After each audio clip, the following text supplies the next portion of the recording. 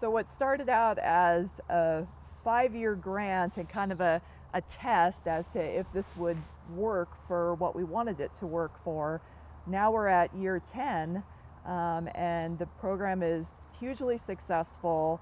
We still have people showing up every year asking how they can enroll in this and excited about saving their oaks. Such a win for everybody, both the landowners, and that these are areas that on their property that kind of were forgotten about because they became such a mess, and it's such an expense to clean those up and restore them, which is why we applied for the funding, because it is a heavy lift for people. And so if we can help reset these habitats and then give it back to them for maintenance, that's just a huge help. And also obviously a win for the oak trees, that they can be themselves and do what they need to do. And of course that works in conjunction with all of the animal species that are dependent upon these, many of which are either listed as threatened or endangered, or are a species of concern and could be listed in the near future.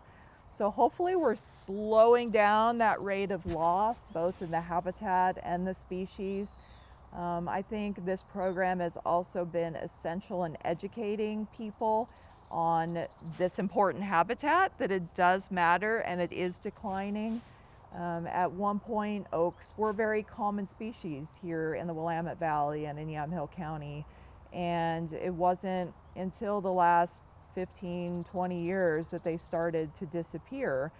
So I think people kind of took them for granted, and now it's a wake-up call, especially with these restored areas and us advertising that people need to care, that they do care. And so they can drive down highways in Yamhill County and see these restoration projects, and it gives them pause, I think, to think, well, do I have oak trees on my property, and what can I do to help?